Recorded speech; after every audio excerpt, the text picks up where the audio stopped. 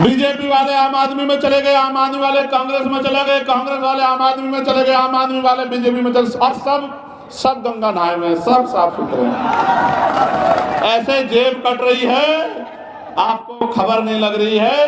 Petrol के दाम 2 रुपए 4 रुपए, कभी हम 47 रुपए का लिया पेट्रोल, और डीजल 35-36 रुपए का आज देखो 100 के करीब चढ़ गया है। और आता था 450 का सिलेंडर, अब 1100 रुपए चढ़ गया। कोई पूछने वाला नहीं है, सब पैसे वालों की खीर है।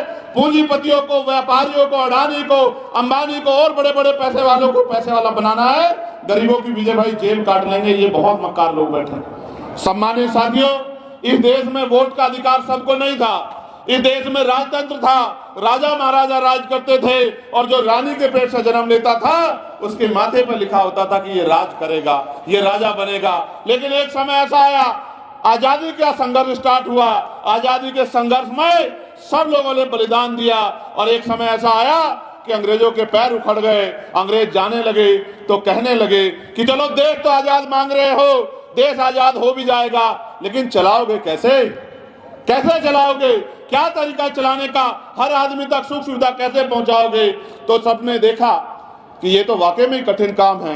इसके लिए देश विदेश में जाया गया, हर आदमी से बात की गई, बहुत सरकारों से बात हुई कि देश कैसे चलेगा। अंत में एक दरवाजा खटखटाया गया, वो दरवाजा डॉक्टर बाबा साहब अम्बेडकर का था। जब उस दरवाजे को खटखटाया गया और ये पूछा गया कि देश कैसे चलेगा, उन्होंने कहा इस देश का संविधान लिखा जाएगा, वो संविधान सुनिश्चित करेगा कि गणतंत्र का मतलब ये होता है कि जनता द्वारा जनता का शासन, जनता जिसको चाहेगी कुर्सी पर बिठा देगी और जिसको चाहेगी जमीन पे पटक देगी। जनता का राज होगा, जनता के हित की बात होगी, कोई असमानता नहीं होगी, ना सामाजिक रूप से, ना आर्थिक रूप से, ना राजनीतिक रूप से, ना धार्मिक रूप से, कोई छोटा बड़ा नहीं होगा, सब बराबर होंगे। सबको पढ़ने का, लिखने का, नौकरी करने का, रोजगार करने का, आगे बढ़ने का, मुख्य धारा में आने का और सब जगह घूमने का अवसर और आजादी प्राप्त होगी। तो उन्होंने कहा फिर ये ऐसा है कि उसके लिए कमेटी बनेगी, ड्राफ्टिंग कमेटी एक सीमित समय में तैयार करेगी भारत के संविधान को, और 2 साल 11 महीने 18 दिन बाद वो संविधान बन के तैयार हुआ। मैं तो कभी कभी सोचता हूँ, तोमर साहब, जब मैं सुनता हूँ गणतंत्र के कार्यक्रम को, तो वो कहते आज हम आजाद हुए थे। मैंने दिल्ली में भी मीडिया को सुना, मीडिया वाले पूछते आज क्या दिन है, लोग कहते आजादी का जश्न मना रहे हैं। इसका मतलब हमारे यहाँ के लोग भोले हैं या जानबूझ के उनको भोला बनाया गया है कि वो भोले और बेवकूफ बने रहे, जो अपने अधिकार और अपने कर्तव्यों को ना जान पाए। आजादी 15 अगस्त को मिली थी और संविधान लागू हुआ 26 जनवरी को। वो 1947 था और ये 1950 है था, जिस 1950 ने सुनिश्चित किया कि रानी के पेट से राजा जन्म नहीं लेगा।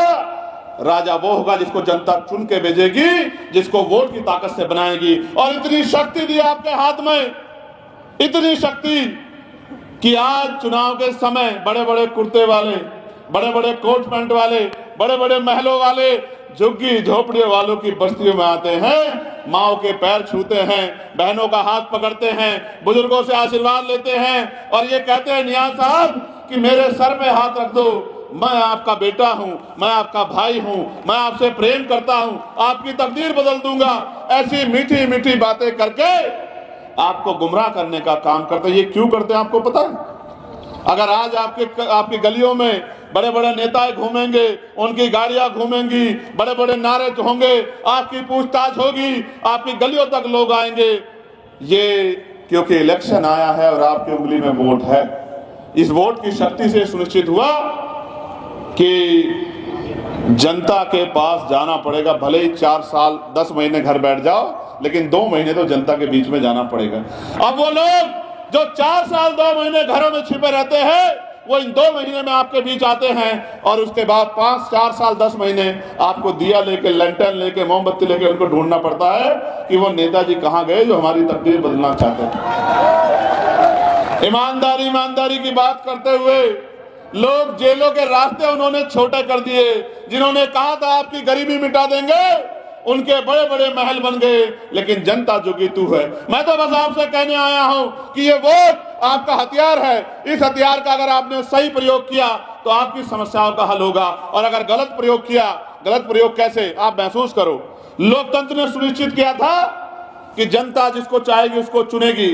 और जब ये लोकतंत्र शुरू हुआ तो पहले सीपी सिंह जी लोग आते थे, आपको गांव की कहावत के तौर पे याद दिलाता हूं, क्योंकि दिल्ली में तो बहुत सारे लोग आके बसे हैं, वो जानते हैं कि गांव में लोग आते थे, जैसे हमारे प्राइम मिनिस्टर कहते हैं कि मैं झोला उठा के चल दूंगा, वो झोला लेके आते थे, ठेकेदारों से पूछते थे कि कौन कौन सी वोट ऐसी है जिसको खरीदा जा सकता है। ठेकेदार बताता था कि ये गरीब लोग हैं, ये वोट की वैल्यू नहीं समझते, इनको पैसा देके इनकी वोट को खरीदा जा सकता है। तो चुनाव से 2-3 दिन पहले वोट खरीदने का काम होता था और उस वोट को खरीद के लोग कुर्सियों पे बैठ जाते थे। ये काम तो पुराने समय में होता था, अब तो इसका तरीका बदल गया है। वो गैर कानूनी था, अब इसको कानूनी कर लिया है। कानूनी ये है कि चुनाव के समय कोई कहता है 2500 रुपए देंगे, कोई कहता है 2100 रुपए देंगे, कोई 1100 रुपए दे भी देता है, कोई 3000 देने की बात करता है। ये वोट की, ये लोकतंत्र नहीं है, ये पैसे द्वारा वोट की खरीदारी है। वो आपकी वोट को एक बार खरीद लेंगे और अगले 5 साल तक आपको रोने के लिए मजबूर कर देंगे। ये वोट की खरीदारी है। जो पहले गैर कानूनी था उसको कानूनी बना दिया है। लेकिन जनता ही क्या करे, उनकी जेब में पैसा नहीं है, बच्चों के लिए पैसे की जरूरत है, घर चलाने के लिए पैसे की जरूरत है, उनको लगता है और तो कोई कुछ भी नहीं देता तो ये पैसे ही मिल रहे, ये कौन सी बहुत बुरी बात है, तो पैसा ही ले लो। लेकिन ऐसा नहीं है, सब लोग ऐसे नहीं है, सब लोग ऐसी राजनीति नहीं करते। ये चंद लोग हैं जिनके पास वोट नहीं है, जिनकी संख्या कम है, वो पैसे के आधार पर आपकी वोट को लेना चाहते हैं। मगर यहाँ दूसरी तरफ डॉक्टर बाबा साहब अम्बेडकर, राष्ट्रपिता ज्योतिबा फुले, छत्रपति साहू जी महाराज और मान्यवर काशीराम साहब, मान्यवर दीना भाना साहब, राष्ट्रपिता ज्योतिबा फुले के सिद्धांतों को हम लोग मानने वाले लोग, महामना रामसूर वर्मा, बाबू जगदेव प्रसाद कुशवाहा, जननायक कर्पूरी ठाकुर, इन महापुरुषों के सिद्धांतों को मानने वाले हम लोग जो जनता को जगाने निकले हैं, जन जागरण करने निकले हैं कि लोगों को समझाए कि ये वोट आपका हथियार है और हथियार को कभी किसी को ना बेचते ना गिरवी रखते, हथियार का सही प्रयोग करना चाहिए। और प्रयोग ये है कि जब हथियार का प्रयोग करने का मतलब आए तो वार इतना जोरदार होना चाहिए कि दुश्मन की धज्जियां उड़ जाए और आपकी ताकत बन जाए। इस बार आपके पास चुनाव में मौका आ गया है, जहां तमाम पैसे वाले लोग आएंगे, वहां आपके बीच आपके क्षेत्र के भाई डॉक्टर नियाज साहब भी हैं। मलिक नियाज साहब जो क्षेत्र की सेवा कर रहे हैं, जो परेशान है कि यहाँ का मकान धंसता जा रहा है, जो परेशान है यहाँ पानी की समस्या से, जो परेशान है यहाँ की गंदगी की समस्या से, जो परेशान है यहाँ की टूटी हुई सड़कों की समस्या से, जो परेशान है आपके बच्चों को रोजगार नहीं मिल रहा है, जो परेशान है सुरक्षा का माहौल नहीं है। 3 चीजें बहुत जरूरी है, पहली शिक्षा, दूसरी चिकित्सा और तीसरी सुरक्षा।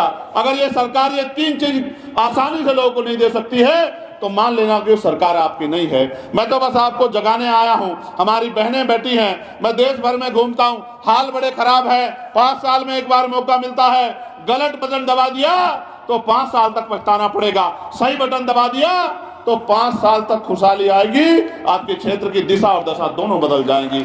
मैं आपसे मदद मांगने आया हूं, भाई नियाज के लिए नहीं, आपके लिए, कि आप अपने और अपने बच्चों के बारे में सोचो। कब तक ठगे जाते रहोगे, कब तक लोगों की बातों में आते रहोगे। लोग बड़े बड़े वादे करते हैं, फिर ढूंढे नहीं मिलते। वहीं डॉक्टर नियाज आपके बीच के आदमी हैं, आपके बीच में रहते हैं, आपकी लड़ाई लड़ना चाहते हैं, आपकी आवाज बनना चाहते हैं। जब मैं जीत के गया, लोग मुझसे कहते थे अकेला चंद्रशेखर क्या करेगा, पार्लियामेंट में बोल भी नहीं पाएगा। मैंने उनसे कहा था कि मैं सदगुरु रविदास जी महाराज का वंशज हूँ, सदगुरु रविदास जी महाराज का खून मेरी रगों में दौड़ता है, बहुजन महापुरुषों का खून मेरी रगों में दौड़ता है। अकेला चंद्रशेखर आजाद अगर सरकार के नाकों चले नाक से चले ना चबवा दिए, तब आप मुझे कहना अकेला चंद्रशेखर आजाद पार्लियामेंट में पूरी सरकार के सामने कोई भी घटना कहीं की भी हो, सीना तान के आंख से आंख मिला के अपनी बात को उठाता है और कोशिश करता है कि आपकी एक भी समस्या ऐसी ना बचे जिस पे काम ना हो। और मेरी लोकसभा की बात आप पता करा के देखना, कल तक हमारे लोग दफ्तरों के बाहर लाइन लगाते थे, आज अधिकारी हमारे लोगों के घरों के बाहर लाइन लगाते हैं कि बताइए सांसद जी ने ये काम कहा था, आके हमें फिर पूछेंगे, डांटेंगे, पूछेंगे काम क्यों नहीं हुआ, आप हमें बताइए कि आपका क्या काम है। जहां काम नहीं होता वहां अधिकारियों को उनकी दशा दिशा दिखाने के लिए हम लोग लेके जाते हैं कि चलो जाके देखो। क्यों? आपको ये बताना जरूरी है कि ना मैं आपका मालिक हूं, ना अधिकारी आपके मालिक हैं। हम आपके नौकर हैं। आपने हमें वोट दी है, आप हमें तनख्वाह देते हैं, आप टैक्स देते हैं, उससे हमें तनख्वाह मिलती है। आपकी सेवा करना हमारी जिम्मेदारी है, आपकी आवाज पे खड़े होना हमारी जिम्मेदारी है, आपकी आवाज बनना हमारी जिम्मेदारी है, आपकी समस्या का हल करना हमारी ड्यूटी है और अपनी ड्यूटी को करना हम पे आता है। जैसे आपने मुझे वहां ताकत दी, ऐसे अगर आप यहाँ ताकत देंगे तो यही बदलाव आपको यहाँ किराड़ी में भी देखने को मिलेगा। मैं किसी को बुरा नहीं कहता कि कांग्रेस ने क्या किया, भाजपा क्या कर रही है, आम आदमी पार्टी क्या कर रही है। आप अपने आप से पूछो कि आपकी जिंदगी में क्या परिवर्तन हुआ। क्या आपकी जेब कटनी बंद हुई है? क्या प्राइवेट स्कूलों में जो बहुत बड़ी बातें की जाती हैं, क्या आपके बच्चे सबके सरकारी स्कूल में पढ़ पा रहे हैं? क्या सरकारी स्कूलों में उस तरह की पढ़ाई मिल रही है? क्या अच्छे अस्पतालों में इलाज की व्यवस्था अब आपके लिए मुफ्त हो गई है? क्या अस्पतालों में अच्छा इलाज मिल रहा है? डॉक्टर है या नहीं है? ये सब हवाबाजी दावे हैं, मैं इनको बखूबी जानता हूं, मगर मैं आपसे कहना चाहता हूं बहुत कुछ करना है। दिल्ली जो देश का दिल है, इसको सुंदर बनाना है। उससे भी पहले आपके घरों को सुंदर बनाना है। सरकार ने कहा, और मेरे आज भी याद है, दोनों पार्टियों ने बड़ी बड़ी रैली की थी 2020 में कि सारी कच्ची कॉलोनियां पक्की कर देंगे, सबको पक्का मकान देंगे, सबको रजिस्ट्री देंगे। आप हाथ उठा के बताओ, क्या वाकई में रजिस्ट्री मिल पाई? इनका बस चले। ये वो बस्तियां हैं जहां कभी खंडर हुआ करते थे। आपने मेहनत कर करके सींच के आज इनको महल बना दिए हैं।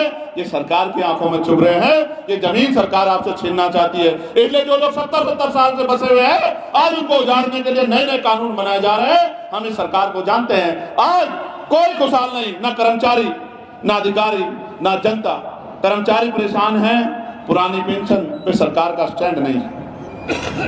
8वां वेतन आयोग चिल्लाते चिल्लाते मुझे पार्लियामेंट में लेटर लिखते एक दिन, बहुत दिन हो गए, दिल्ली का इलेक्शन आया, केंद्रीय कर्मचारी ज्यादा है, 8वें वेतन आयोग की घोषणा कर दी। मैं तो समझता हूं सरकार को कि सरकार कौन सी चीज कहां करती है। हमें बांटने के लिए वर्गीकरण का फॉर्मूला वहां लागू करा दिया था। मैं सरकार को समझता हूं, सरकार हमें डिवाइड करने के लिए बहुत कुछ करेगी, लेकिन जनता अगर सतर्क हो जाए, जनता अगर समझदार हो जाए, जनता अगर फैसले ले ले और जनता चिंतन करने लगे, तो वो दिन दूर नहीं कि ऐसे लोग जो आपसे वोट अपने लिए लेते हैं, बातें आपकी करते हैं, काम आप ना करते हैं, ऐसे लोगों को एमसीडी का चुनाव भी जो है जीतने का अवसर नहीं मिलेगा अगर आपने समझदारी दिखा ली। पहले तो आम आदमी कहती थी एमसीडी हमारे पास नहीं है, अब तो एमसीडी भी आपके पास है। बताओ आपने क्या बदलाव किया? क्या सफाई कर्मचारियों को पक्की नौकरी दी आपने? क्या 7,000, 9,000, 11,000, 13,000 में आज भी हमारा सफाई कर्मचारी सिविल में उतरता नहीं उतरता है? क्या आप सफाई कर्मचारी संख्या पर्याप्त है? नहीं है आपके पास। आपके पास कुछ नहीं है सिवाय झूठ के। भाजपा, आम आदमी पार्टी और तमाम पार्टियां झूठ के ऊपर खड़ी हैं। इनके झूठ को कुचलने के लिए आप पे कोई हथियार नहीं है। और मुझे कहने में बड़ा गुरेज है, लेकिन ये भी जान लो, आप 20 रुपए का सामान खरीदोगे, सामान अच्छा नहीं है तो दुकानदार के पास वापस जा कहोगे सामान पकड़, तेरा सामान अच्छा नहीं है, जो सामान पे लिखा हुआ था वो माल पूरा नहीं था, हम ये अपना सामान रख, हमारे पैसे दे। क्या कर लेते हो? नहीं कर लेते हो?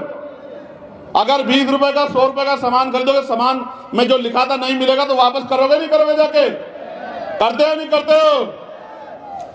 अगर नहीं दुकानदार वो करेगा तो कोर्ट जाने का अधिकार है। लेकिन अगर आपसे बहुत वादे करके किसने वोट ले ली हो तो क्या उसके खिलाफ कोर्ट जा सकते हो अगर वो एक भी वादा ना पूरा करे? जैसे ये बीजेपी वाले कह रहे हैं 500 रुपए का सिलेंडर देंगे, इनकी सरकार उत्तर प्रदेश में, वहां बहुत यहाँ से ज्यादा संख्या रहती, वहां क्यों नहीं दिलवा देते भाई? हरियाणा में क्यों नहीं दिलवा देते? उत्तराखंड में क्यों नहीं दिलवा देते? मध्य प्रदेश में क्यों नहीं दिलवा देते? राजस्थान में क्यों नहीं दिलवा देते? क्योंकि चुनाव आपके यहाँ है, तो इसलिए आपके यहाँ 500 का सिलेंडर है, बाकी जगह चुनाव नहीं। समझे आप? मैं यही कह रहा हूँ, केजरीवाल जी ने कहा कि भाई कितने पैसे गए? 2500, 2100। और पंजाब वाली सारी बहनें याद कर रही हैं कि हमारे 3-3 साल के पैसे दे दो।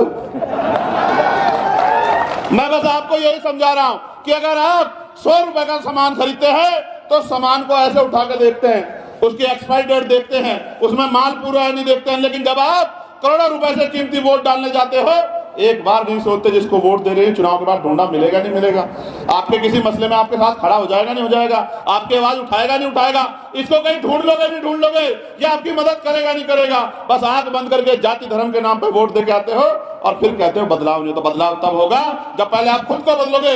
इन झंडों के चक्कर को छोड़ो।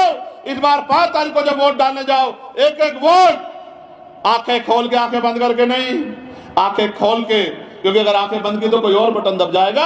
आंखें खोल के, सोच समझ के केतली का बटन दबा देना और अपनी समस्याओं की लड़ाई लड़ने की जिम्मेदारी मेरे और डॉक्टर नियाज साहब और आजाद समाज पार्टी भीम आर्मी के भरोसे छोड़ देना।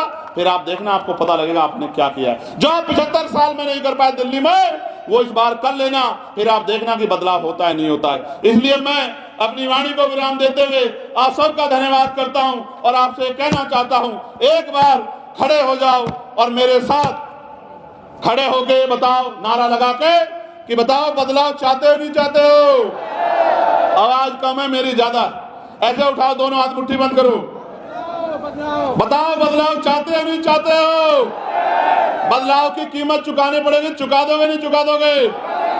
जज साहब को वोट दे दोगे नहीं दे दोगे, इनकी मदद कर दोगे नहीं कर दोगे, केतली का बटन दबा दोगे नहीं दबा दोगे।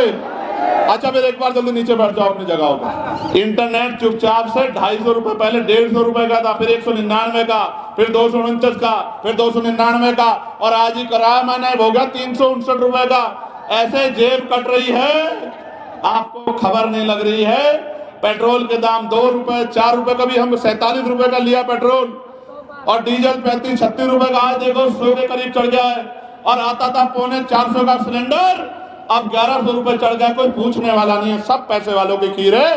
पूंजीपतियों को, व्यापारियों को, अडानी को, अंबानी को और बड़े बड़े पैसे वालों को पैसे वाला बनाना है। गरीबों की विजय भाई जेब काट लेंगे, ये बहुत मक्कार लोग बैठे। बीजेपी वाले आम आदमी में चले गए, आम आदमी वाले कांग्रेस में चले गए, कांग्रेस वाले आम आदमी में चले गए, आम आदमी वाले बीजेपी में चले, और सब गंगा नहाए हुए, सब साफ सुथरे हैं। इसलिए मैं धर्म की राजनीति नहीं करता हूं, मुद्दों की राजनीति करता हूं। जब तक आपके आंसू नहीं सूखेंगे, आपकी गरीबी बेबसी दूर नहीं होगी, आपके घरों में सुख सुविधा नहीं आएगी, जब तक आपकी समस्या हल नहीं होगी, मैं वचन देके कहता हूं कि हम भी चैन की नींद नहीं सोएंगे, संघर्ष करते रहेंगे। और भाई नियाज जी, मैं इनसे भी आग्रह करूंगा, घर घर जाके लोगों से अपील करो, हमने संघर्ष करके यही कमाया है। मेरे आज भी याद है, नए साल का यही महीना था, एक बच्ची को घसीटा गया था, यही पीछे सुल्तानपुरी पड़ता है, कोई पूछने वाला नहीं था। भीम आर्मी के लोग सुबह सुबह मौके पे पहुंचे थे, 11-12 किलोमीटर बच्ची को खींचा गया था और उसके परिवार के पास पहुंचे थे। और मैं ऐलान करके गया था कि अभी चंद्रशेखर आया है, कुछ घंटों में चीफ मिनिस्टर भी आएगा और आके इनकी मांगे पूरी करेगा। ये ताकत पैदा की है संघर्ष करके। मेरे घर जाने से पहले चीफ मिनिस्टर का ट्वीट आ गया था कि हम इनकी मां का इलाज कराएंगे, इनकी मदद करेंगे, इतने पैसे देंगे, इस बेटी को की जो है न्यायिक जांच कराएंगे। ये मैं इसलिए बता रहा हूं, सोचो अगर चंद्रशेखर ना होता तो शायद आपकी आवाज पार्लियामेंट में उठाने वाला भी आज कोई नहीं। इसलिए अब ऐसे दोनों हाथ उठा के बताओ, मदद कर दोगे नहीं कर दोगे। चलो बहुत बहुत धन्यवाद। जय भीम, जय भारत, जय संविधान, नमस्कार, आदाब, सत श्री अकाल।